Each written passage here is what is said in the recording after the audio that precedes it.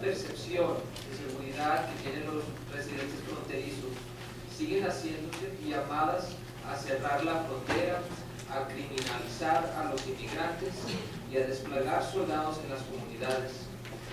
Entonces, las políticas recientes del Congreso no están reflejando las necesidades en la frontera. Algunos de ustedes tienen una visión a largo plazo de la frontera que combine la seguridad nacional con la seguridad comunitaria, la protección de los derechos humanos y el desarrollo económico. José Manuel Sombredo from Northeast El Paso. The Border Network for Human Rights commissioned an independent survey that seeks to understand how safe U.S. border residents from San Diego, California to Brownsville, Texas feel. It showed that the vast majority of U.S. border residents feel safe, that is, residents on the side of the United States. Despite this sentiment, there have continued to be calls to close the border, to criminalize immigrants, and to deploy soldiers in our communities.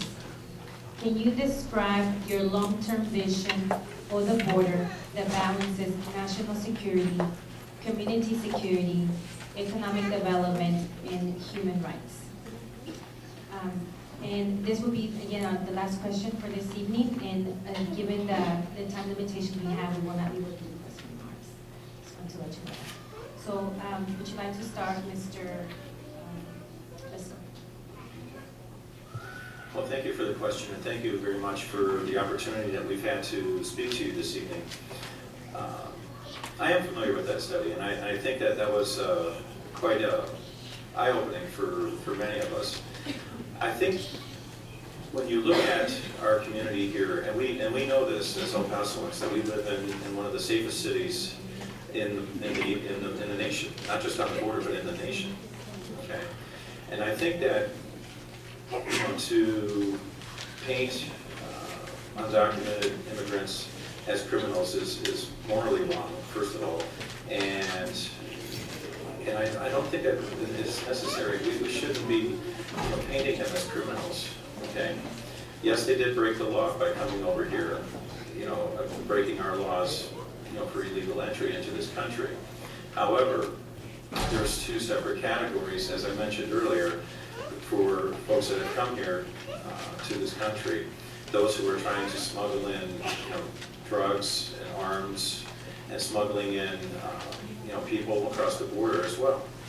And then there's those who have left their families and bring their families over the border to look for a better opportunity. And it is those people that I want to help and reach out to help them to come out of the shadows and to be able to feel like they can participate freely in our country and in our democracy here.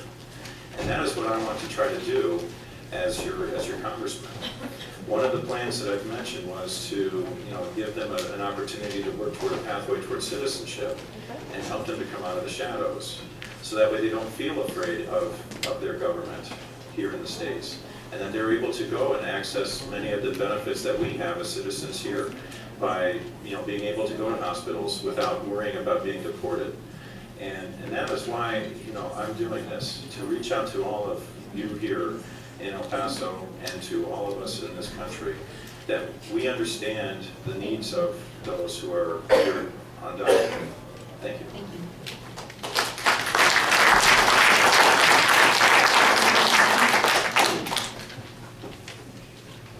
I guess the survey was, do you feel safe on the border? I gotta tell you, this is gonna sound strange. I'm supposed to pretend I'm a lifelong El Pasoan. I already told you I'm not. I grew up in a city as a child called Newark, New Jersey. Those of you old enough to remember the Watts riots in Los Angeles, the riots in Detroit, my city burned in the same years.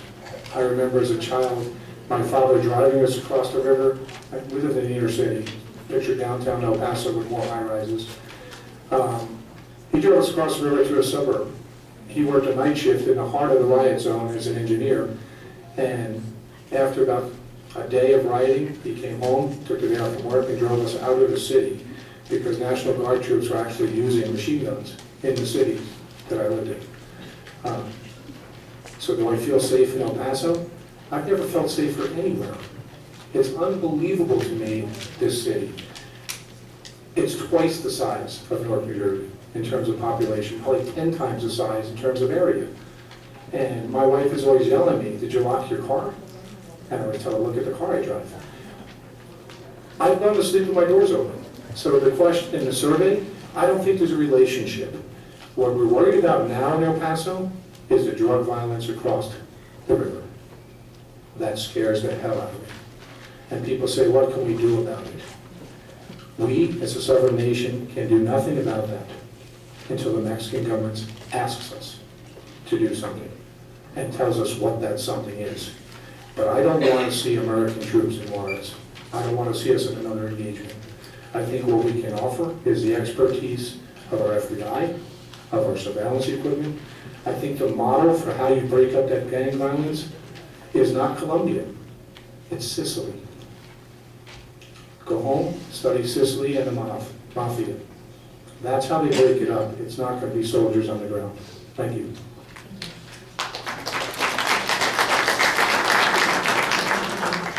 Gracias. Primeramente, les agradezco la oportunidad de estar aquí para platicar con ustedes de estos temas tan serios para nosotros. Y para mis contrincantes, quiero darles la bienvenida. El señor Vesco tiene 4 años viviendo aquí en nuestra comunidad y el señor Collins como 10 años. So, la decisión para ustedes es quién va a representar los temas y las cosas que nos importan a nosotros y a nuestras familias aquí. Alguien que nació aquí, alguien que conoce y es parte de la frontera y que ha trabajado como presidente del Comité de Inteligencia directamente con el presidente de México para tratar de apoyar y ayudar monetariamente al gobierno mexicano para que elimine los carteles de narcotraficantes. El señor Collins dice que nos olvidemos de la asistencia a México. Eso sería una de las cosas más profundamente que nos impactaba negativamente, porque se quedaba México solo, se abría la puerta a gente como Hugo Chávez, Evo Morales y todos los que condenan a los Estados Unidos. Es lo que está proponiendo el señor Collins. Aparte de eso, no cree que debe de haber reforma de inmigración comprensiva.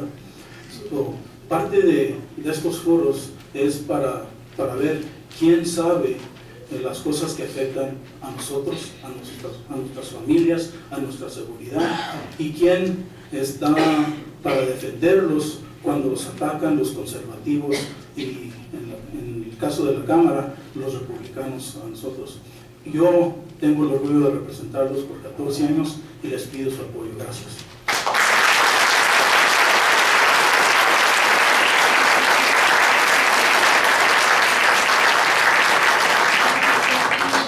All our candidates for being here tonight.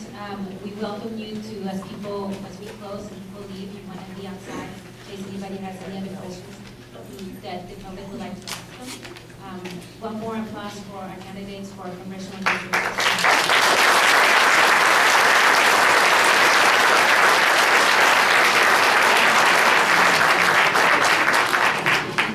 Antes de que se vayan, vamos a tener unas pequeñas palabras de cierre.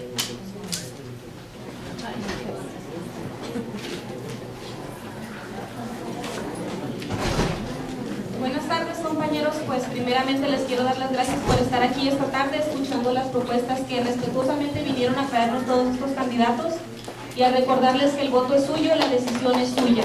Ustedes saben por quién votar y muchas gracias por estar aquí. Les pido un fuerte aplauso para todos ellos.